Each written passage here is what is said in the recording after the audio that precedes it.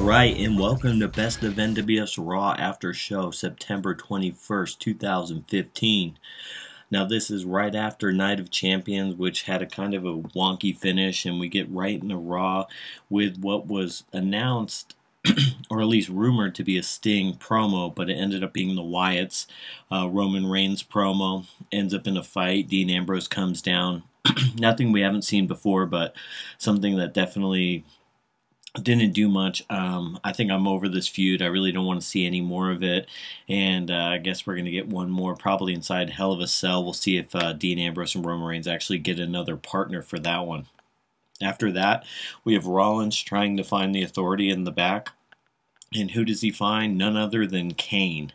I was not excited to see Kane last night. I wasn't excited to see Kane now. Kane was corporate Kane tonight on Raw, and I'm just really tired of seeing him. I mean, there's really rehashing what we've already seen a million times, him turning back and forth 1,000 times. All his mystique has been long gone, over a decade, and I feel like we could use some younger, newer talent in this role, and it's kind of a waste, and kind of definitely a waste of Rollins, as we'll see as the night goes on. After that, we have Stardust and Lucha Dragons. Or, excuse me, Stardust and the Ascension versus Neville and the Lucha Dragons. Like I said yesterday, this was a Raw match, and what happened? It was a Raw match. Neville and the Lucha Dragons picking up the victory there. No surprise. Hopefully this is the last of this match that we've seen 4 or 5 times now. Nothing news happened on here. No storyline progression since SummerSlam, and I'm really tired of seeing it. After that, we have Ryback in his first match since losing the Intercontinental Championship against Bo Dallas, which Bo Dallas is always great to see because he's quite funny. Cuts a little promo on Ryback. KO comes out for commentary. Think this was a nice bounce back match for Ryback. Gives him something to do, show he's still dominant, even though Bo Dallas really showed a lot of offense in this match. But moving on from that, because I want to get to the real big part of the show, at least for me, was the Nature Boy Ric Flair comes out. You know, we're going to have a Charlotte celebration for winning the Divas Championship. Nature Boy gives a nice little speech about, winning the championship and being the most proud he's ever been.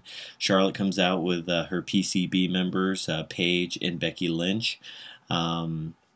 She sings the praises about her father, about Becky, and when she gets to Paige, Paige grabs the mic from her, starts talking, and cuts one of the best Divas promos in a long time, probably since AJ was in the WWE, and she cuts loose on everybody. Calls out Charlotte for just being Ric Flair's daughter, calling about Becky Lynch for just not having it, calls out the Bellas for being pretty much the worst part of the Divas for the past X amount of years, calls out Sasha Banks, and even calls out Natty, which I thought was great because it was definitely truth to be told there, asking if she even works for the company anymore. I was really hoping tonight we'd get a new women's championship, but that didn't happen. But we did get this Paige promo, which was very interesting because after she gives that, drops the mic, leaves the ring, the Bellas come out, give a promo pretty much proving everything that Paige said is correct. We have a match with Brie and Charlotte. Brie dominates most of the match, attacking the knee. I don't know if they're trying to get a babyface, reaction for Charlotte, but Charlotte's already got that definitely on her own. So, Charlotte picks up the victory, much like she did against Nikki at Night of Champions. Gets the figure 8, and Brie taps out. After that, we had the most boring part of the show, and that's saying something when you have Kane all over Raw. We have Sheamus, which nobody cares about, versus Mark Henry, which nobody cares about. I'm just going to say this, Sheamus won. What a waste of a Money in the Bank winner. Moving on. After this, we have a promo backstage where Kane's all smiley and happy, and like I said, we got a lot of Kane. After that, we have a Paige and Natty backstage segment where Natty says she actually has a match. I was shocked, later tonight, and I was pretty excited for that because Natty's always brings it in the ring, even with some of these divas that don't have much training at all. After that, we have the New Day and Rusev versus the Dudley Boys and Dolph Ziggler. The New Day were on fire. The New Day came out.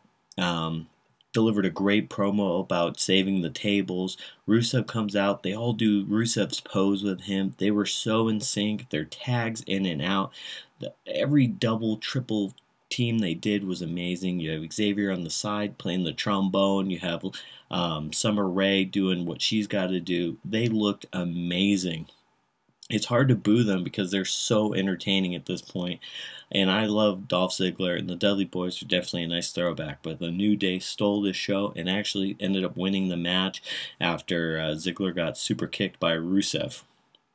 After that, we have Natty in her first TV match in God knows how long against Naomi. And Naomi's great and all. You know, they always say she's athletic, which she definitely is. But at the same time, her wrestling skills aren't up to par with Natty. There were some awkward exchanges in this match, ending up with a distraction victory as Naomi.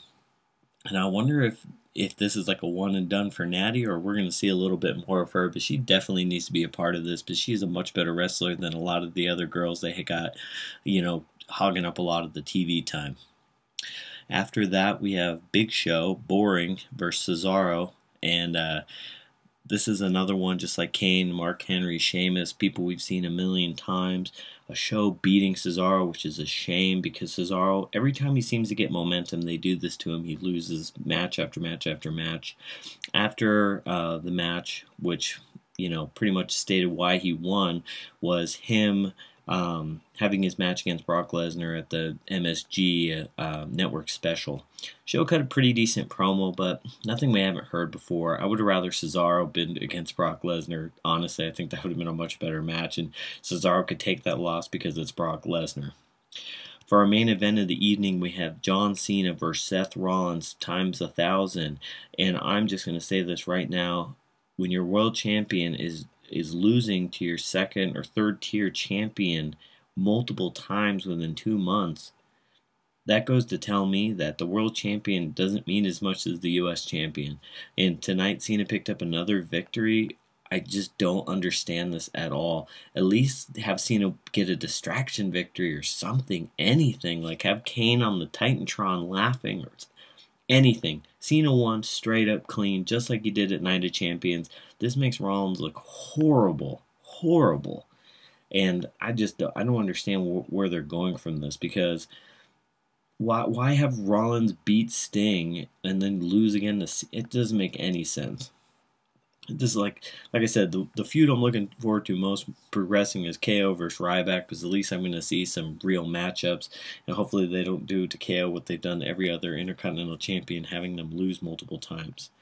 But it looks like if it's the case for the World Heavyweight Champion, then I guess it's the case for everyone. Lose non-title matches, lose matches left and right, tap out. So, but beyond that, I do want to say is no mention of Sting at all. They ignored the Sting issue. They didn't say if he had an injury. They didn't talk about him at all. That makes me really wonder how serious it was if they're not even willing to bring it up or even talk about it. So moving on from there, I'm looking forward to next week. Well, actually, I'm looking more forward to NXT, because we have new talent debuting, and that should be a lot more exciting than what we saw here on Raw. Looking back at this card, I mean, if I wanted to watch Kane and Mark Henry and the Big Show on the network, you could watch those old Attitude Era Raws, and I could get my fill back when they were a lot better. So moving on from that, like I said, we'll be back on Wednesday for the NXT After Show. This is Best of NWF, and we are out.